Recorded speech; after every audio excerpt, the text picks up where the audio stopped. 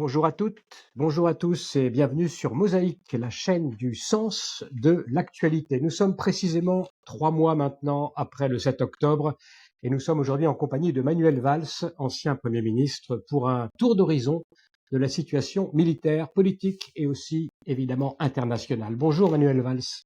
Bonjour. Peut-être une question personnelle pour commencer. Comment est-ce que vous avez vécu, vous, ces événements du 7 octobre? Bon, je crois comme beaucoup de personnes, de citoyens, d'êtres humains, de ceux qui en plus ont un lien fort et affectif avec Israël. Moi, j'ai d'abord eu le sentiment, d'une certaine manière, de revivre ce que j'avais vécu comme Premier ministre à l'occasion des attentats de 2015.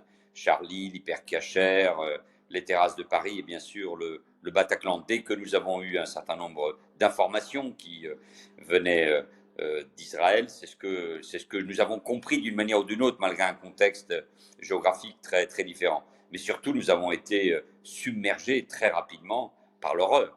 Par l'horreur des faits, par quelque chose que nous n'avions pratiquement pas connu, en tout cas depuis très, très longtemps. Et ma visite ensuite, quelques jours après, en Israël, les témoignages, les photos, les vidéos, mais surtout les témoignages directs, la rencontre avec les familles, nous en parlerons, avec les familles des victimes et des otages, tout cela m'a rempli d'une émotion qui ne me quitte pas, parce que c'est quelque chose qui, je crois, marque un tournant pour, euh, pour nous tous.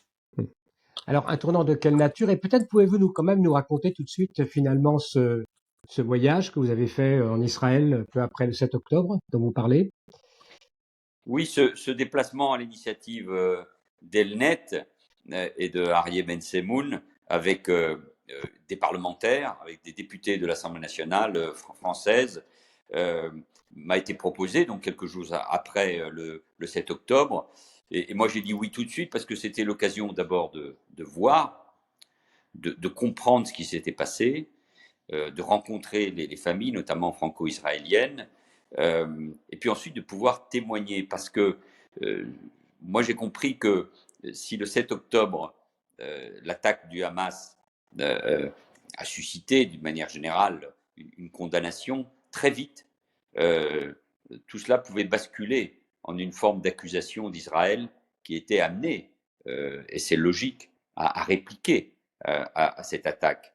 C'est ce qui s'est passé en fait, Et c'est ce finalement. qui s'est passé, mais je pense que nous l'avions très vite en tête, euh, et avec le risque en plus d'actes, de mots antisémites, et malheureusement nous étions loin de ce que nous pensions, puisque c'était une véritable vague, un tsunami antisémite qui a déferlé en France, en Europe et dans le monde. Mais je ne pensais pas, en allant en Israël, euh, euh, euh, connaître le choc que nous avons les uns et les autres subi, donc que j'ai subi à la fois en allant rencontrer évidemment les militaires et les médecins légistes au sud de Tel Aviv, dans cette morgue où nous avons été saisis par l'odeur de la mort, par les témoignages des soldats, des médecins, visiter les kibboutz qui avaient été attaqués, c'était quelques jours après, donc il y avait encore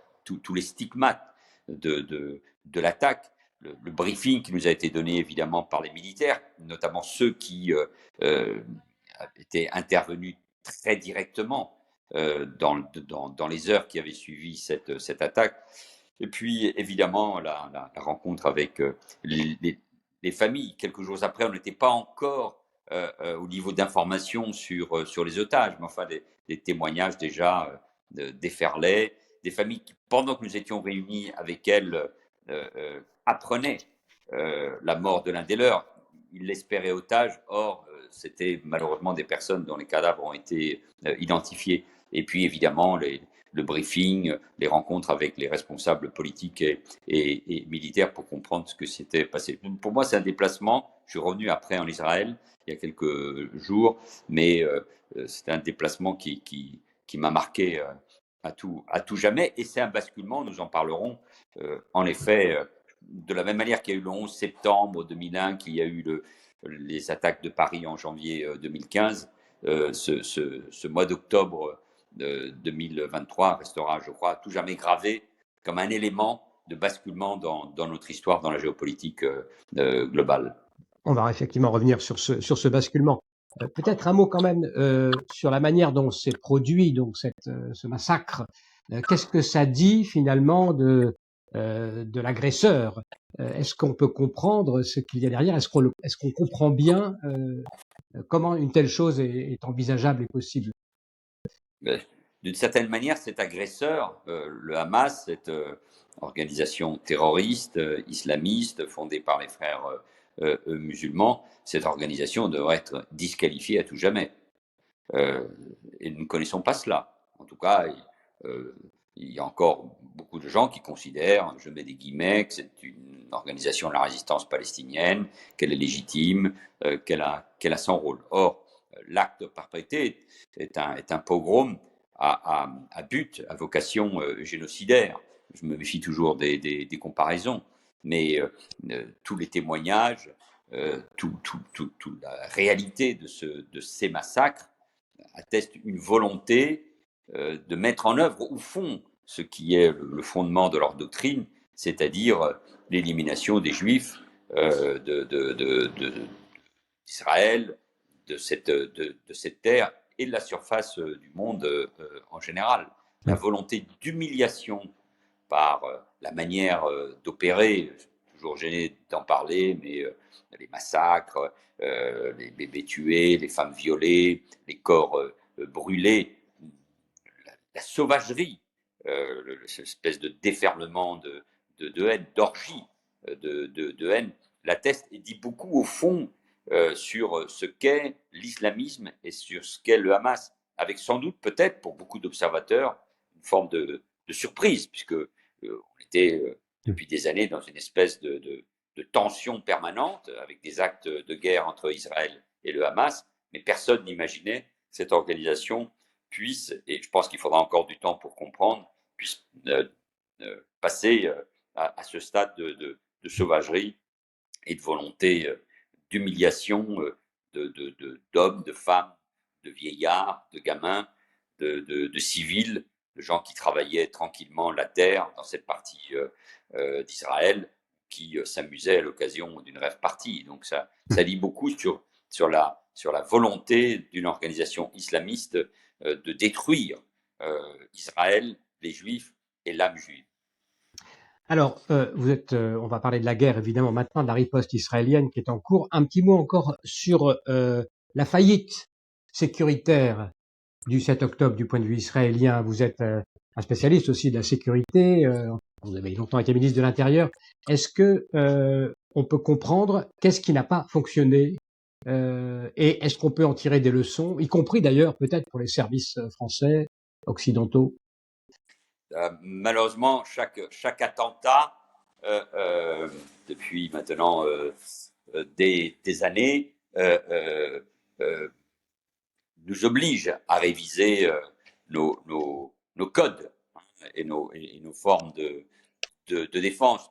Moi, je ne suis pas là pour donner des leçons aux Israéliens. Et d'ailleurs, il y aura des commissions d'enquête à tous les niveaux qui permettront d'abord aux Israéliens et aux victimes et aux familles des victimes de comprendre ce qui s'est passé. Mais sans doute y a-t-il eu une faillite à la fois du renseignement militaire, de Tsahal et de la stratégie politique. C'est ce que je disais il y a un instant. Alors, c'est facile à dire aujourd'hui, mais parce que la dimension de l'attaque, au-delà de ce qui existait déjà comme tension, comme guerre, comme guérilla depuis des années avec le Hamas, mais personne n'imaginait qu'on puisse passer à ce niveau-là. C'est pour ça que malgré les informations qui ont sans doute été données à différents niveaux, on n'a pas pris au sérieux, ou on n'a pas pris suffisamment au sérieux la dimension de ce qui était en train de se préparer. C'est pour ça que c'est un choc, c'est ce que j'ai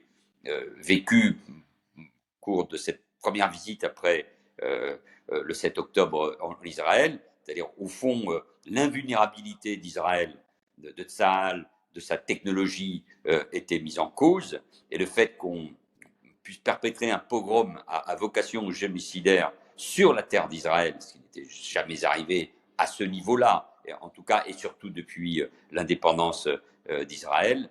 Tout ça a provoqué un choc profond en Israël, vous le savez parfaitement, et puis dans le monde juif en général. Merci. Alors on évoque le conflit en cours maintenant. Quelle analyse vous faites de la situation militaire actuellement à Gaza? Pensez-vous qu'Israël soit en mesure d'atteindre son objectif, donc de neutraliser l'appareil militaire du Hamas? C'est le but que s'est donné le pouvoir politique, le cabinet militaire et évidemment l'état-major de Tzahal. Il ne peut pas en être autrement, parce que Israël, au fond, vit sous la double injonction. Vous avez le droit de répliquer, vu l'attaque que vous avez subie, vu la menace désormais existentielle pour Israël que représente le Hamas.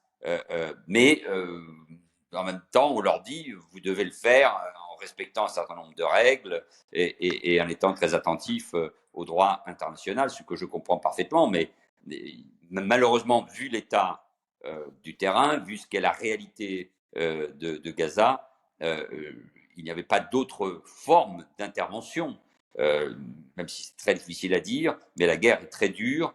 Et nous savons en plus que le Hamas se sert de la population palestinienne, des Gazaouis, comme bouclier. Et moi, je pense que les objectifs militaires sont atteignables.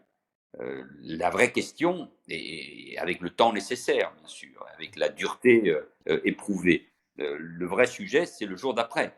C'est ce qui se passe après. C'est comment gérer la bande de Gaza et quelles sont les solutions concrètes à court, moyen et long terme pour la bande de Gaza, mais aussi d'une manière générale sur la question palestinienne. Alors justement, peut-être aborder ce point avant de voir une autre question quand même, peut-être qu'il faut essayer de traiter avant, à savoir les risques d'élargissement de ce conflit. On en parle de plus en plus, notamment avec le Front Nord et le Hezbollah. Quel est votre sentiment sur ces risques? Tout dépend, au fond, de l'analyse que l'on fait sur la volonté de l'acteur qui est derrière cela, qui est l'Iran. Est-ce qu'il y a une volonté des Iraniens et de l'arc chiite qu'ils dominent et qu'ils manipulent d'élargir le conflit? Est-ce que l'attaque du Hamas le 7 octobre est un élément isolé ou un élément d'une stratégie plus large de tension, voire de confrontation avec Israël? Elle est la question. Je pense que il y a beaucoup d'analyses contradictoires à travers notamment les propos du leader du Hezbollah. Mais ce que nous voyons, par exemple, en mer Rouge, ce qui se passe avec ces rebelles chiites du Yémen, qui sont en train d'engorger le trafic international, le trafic commercial, ce qui pose déjà des problèmes économiques majeurs au niveau mondial, vu que l'accès de la mer Rouge est de plus en plus difficile à atteindre. Donc nous sommes dans une analyse qui conduit à penser que les risques d'un élargissement sont potentiellement possibles. Je me suis rendu lors de la deuxième visite en Israël sur la frontière nord, et là on voit bien que pour les Israéliens qui ont dû déplacer plus de 100 000 personnes au nord, du nord vers le sud, vers le centre d'Israël, vivre avec cette menace, cette tension permanente avec le Hezbollah, avec ses déplacements, et avec le non-respect en plus de la part du Hezbollah de résolution de l'ONU sur l'occupation du Sud-Liban, pose un vrai problème. Il y a un moment où Israël ne pourra pas accepter de vivre avec cette menace et ces actions du Hezbollah. D'où les efforts diplomatiques en cours auxquels la France prend part avec le Liban et Israël. Mais je reste inquiet sur, en effet, le risque non seulement d'une tension permanente, mais de quelque chose qui s'étende à un conflit plus large avec l'Iran. Et là, effectivement, on entre dans une autre dimension d'un conflit régional dont les conséquences sont difficilement prévisibles. Comment donc, revenons à la question de l'après dont vous avez parlé, comment gérer l'après-guerre et en particulier la bande de Gaza et plus généralement la question palestinienne? Si nous avions la solution les uns et les autres, nous pourrions la vendre chèrement. Non, plus sérieusement, au fond, ça vient d'être dit il y a quelques jours par euh, euh, à la fois le ministre de la Défense et puis aussi le ministre Gantz, c'est-à-dire euh, euh, Israël ne peut pas vivre avec à Gaza une menace islamiste et une menace existentielle. Et Israël ne peut pas non plus revenir à Gaza, et comme cela a été le cas jusqu'en 2005-2006, et gérer directement la bande de Gaza. Donc il faut à la fois assurer la sécurité et une transition qui permette à une autorité palestinienne, qui ne soit pas le Hamas, qui ne soit pas une organisation islamiste, ça fait déjà beaucoup de conditions, de gérer Gaza sous la responsabilité ou le parapluie d'une organisation internationale qui comprenne les Nations Unies, les États-Unis, la France, l'Europe et surtout les pays proches et les plus concernés comme la Jordanie, plus particulièrement l'Égypte et peut-être des pays du Golfe.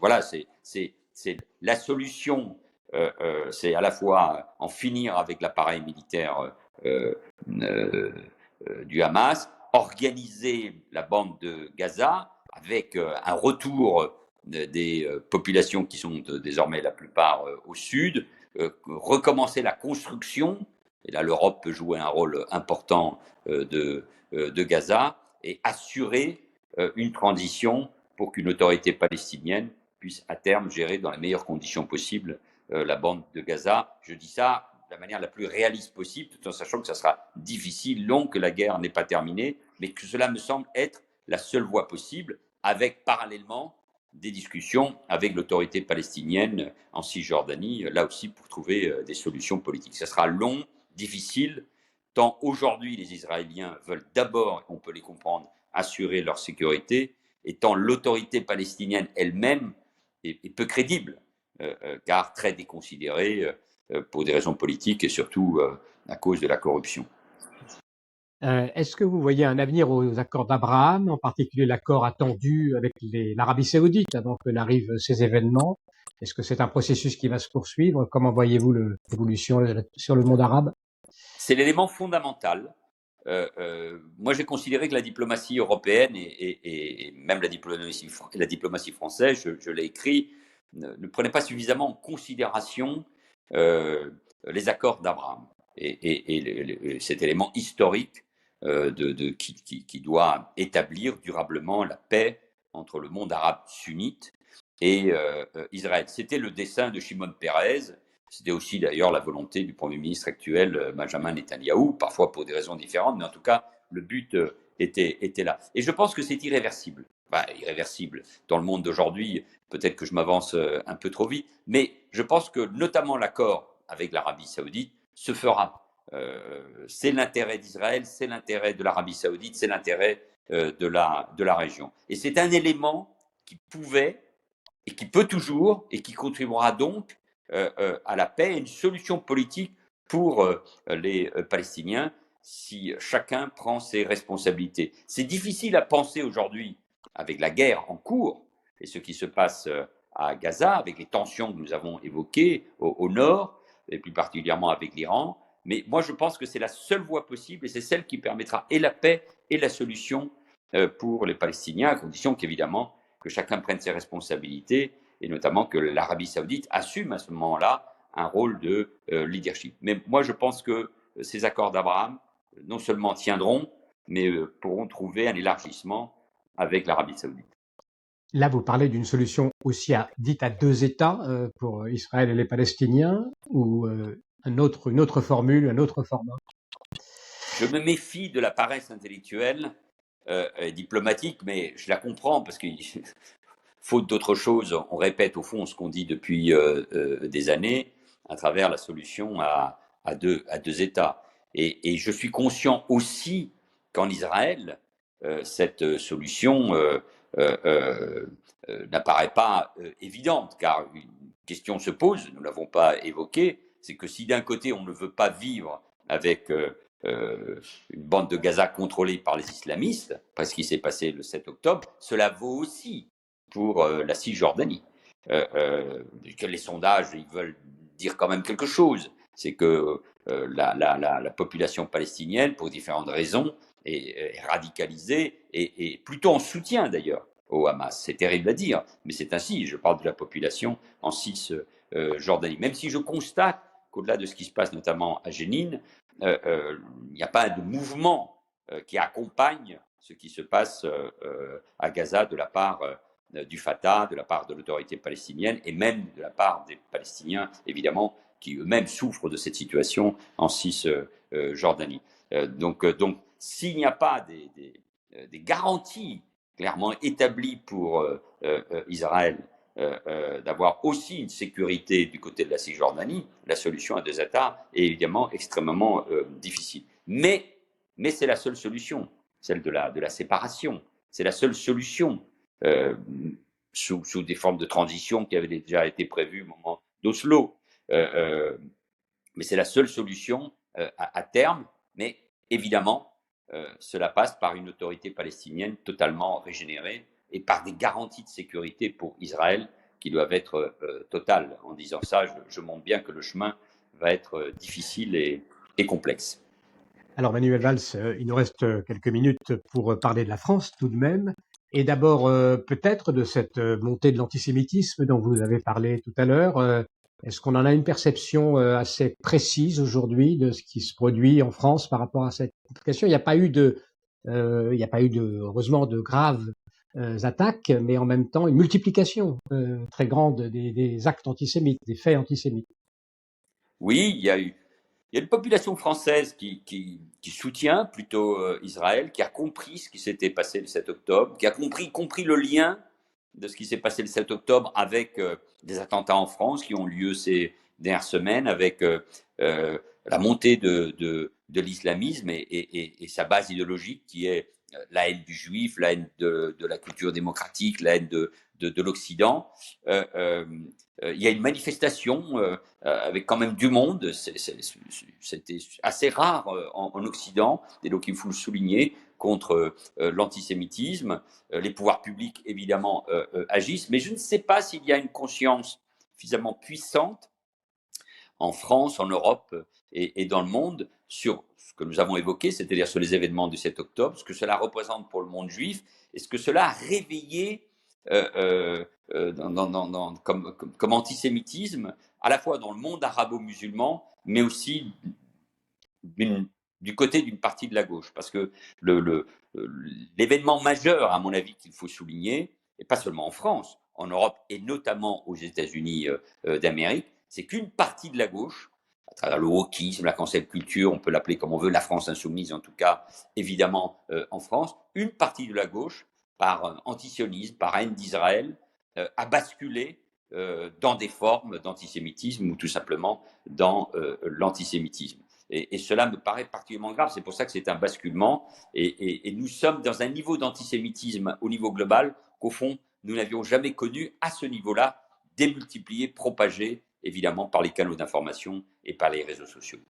Comment vous expliquez cette alliance apparemment contre nature, donc entre le wokisme et l'islamisme? Ils ne sont pas du tout sur le même mode, en tout cas, de vision du monde. Non, notamment, je pense à tous ces mouvements féministes ou ces organisations féministes qui se sont tues, qui n'ont rien dit, parce que l'attaque de 7 octobre a été aussi, nous le disions tout à l'heure, marquée par une volonté de tuer, de violer, d'humilier les femmes, alors que le Hamas, nous le savons, est une organisation qui cache les femmes, qui poursuit les homosexuels, qui est tout ce que nous sommes.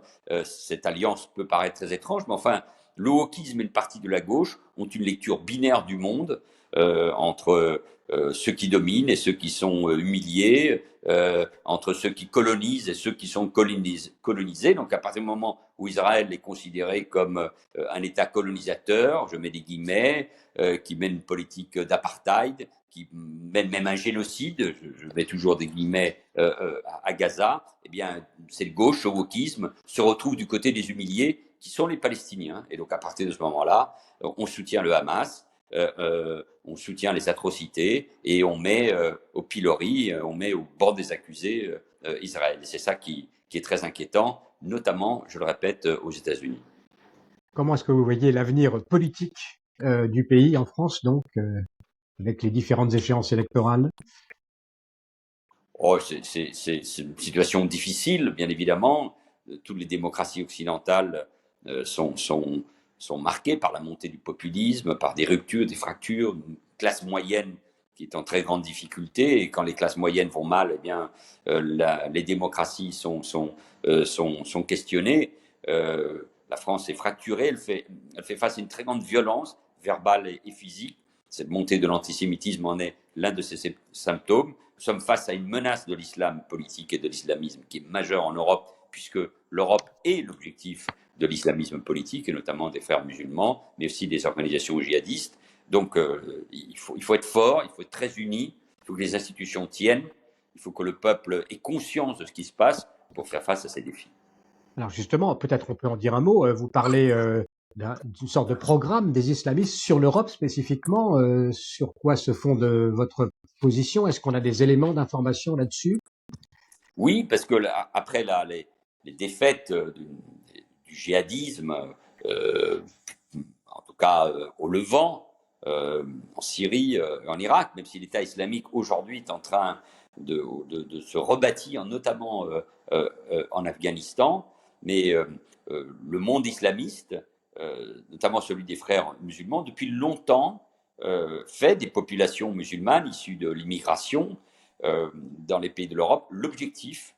Là, on est dans une bataille qui est majeure, dont on n'a pas conscience, au sein même de l'islam, entre l'islam qu'on pourrait appeler modéré ou tranquille et l'islamisme. Et c'est cette bataille qui se déroule en Europe d'abord, puisque l'islamisme considère que l'Europe est fragile par ce fait, par cette société ouverte et démocratique. Et dans les quartiers, dans les associations, dans le mouvement sportif, dans les prisons, qui sont des véritables écoles de formation de l'islamisme, là où on assiste à une radicalisation des détenus de droit commun. Là, il y a une volonté très forte. Vous savez, l'islamisme, on en parle au moment des attentats, mais lui, il agit de manière permanente. Et vous lisez Keppel, Hugo Micheron, Gilles Keppel, Hugo Micheron, tous les spécialistes sur le monde frériste, sur le monde des frères musulmans, vous comprenez que c'est une stratégie de long terme et nous devons nous préparer à cette bataille, à cette guerre de long terme avec cette idéologie mortifère. Hmm. Alors, Emmanuel Las, il va falloir terminer. J'ai quand même encore une dernière question très large parce qu'on peut revenir sur le panorama, on va dire, géopolitique qui s'ouvre maintenant. Comment est-ce qu'on peut caractériser le moment actuel avec ces conflits donc ouverts, Proche-Orient, en Ukraine? Est-ce qu'il y a quelque chose comme la fin d'une domination occidentale sur le monde, dont on parle déjà depuis longtemps, une sorte de démondialisation, une sorte de retour des nations, des pouvoirs autoritaires du Sud, etc. Comment est-ce que vous pouvez nous tracer un portrait rapide de ces évolutions? Nous assistons plutôt à une globalisation des conflits et sans être caricatural, à une confrontation entre la démocratie et le totalitarisme. Dans ce qui se passe aujourd'hui au Proche-Orient et auquel est confronté Israël, il y a les acteurs qu'on retrouve ailleurs. La Corée du Nord qui fournit des missiles, l'Iran, la Russie, bien sûr, qui cherche à profiter de cette situation. Donc, je ne diviserai pas le monde entre le bien et le mal, mais en tout cas, dans une confrontation entre des valeurs. C'est pour ça qu'il faut soutenir Israël dans ce moment-là, parce que c'est la seule démocratie de la région et que nous partageons des valeurs et des valeurs universelles.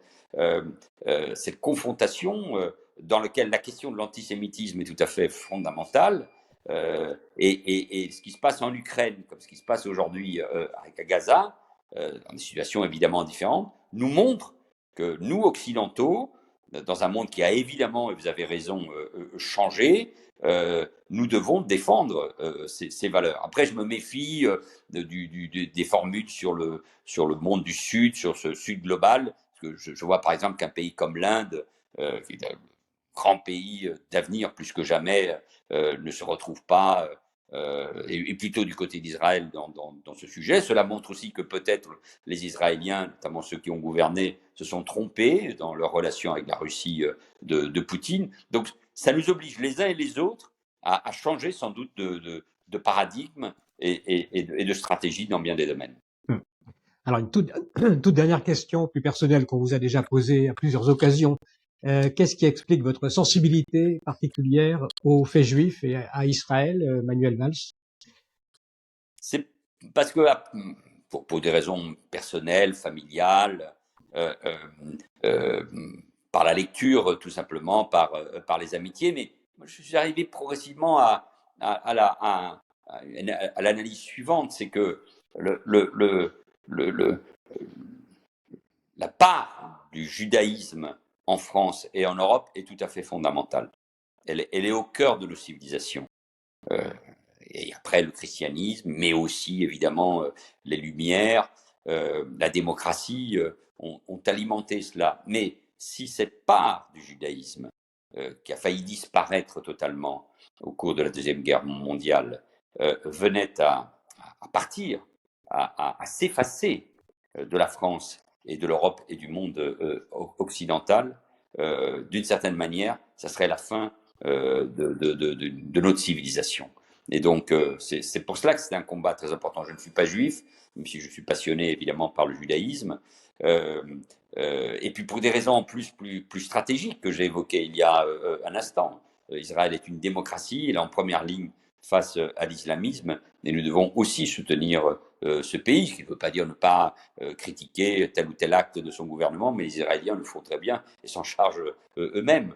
Mais voilà pourquoi, depuis plus de 20 ans, je suis aussi engagé dans la lutte contre l'antisémitisme, contre l'antisionisme, contre la haine des Juifs, contre la haine d'Israël, et dans le soutien à Israël, parce que c'est notre destin qui est profondément en jeu. Et ces positions-là, Manuel Valls, elles vous empêchent politiquement aussi peut-être? Vous êtes marqué politiquement par cela, pour votre propre carrière politique? Oui, peut-être, mais tout ce que je dis là, je l'avais dit en 2015 au moment des attentats. J'avais évoqué de manière très directe ce qui se passait dans notre pays, la montée de l'antisémitisme, notamment dans la population d'origine arabo-musulmane, mes confrontations, ma volonté d'en finir avec le soi-disant humoriste Dieudonné.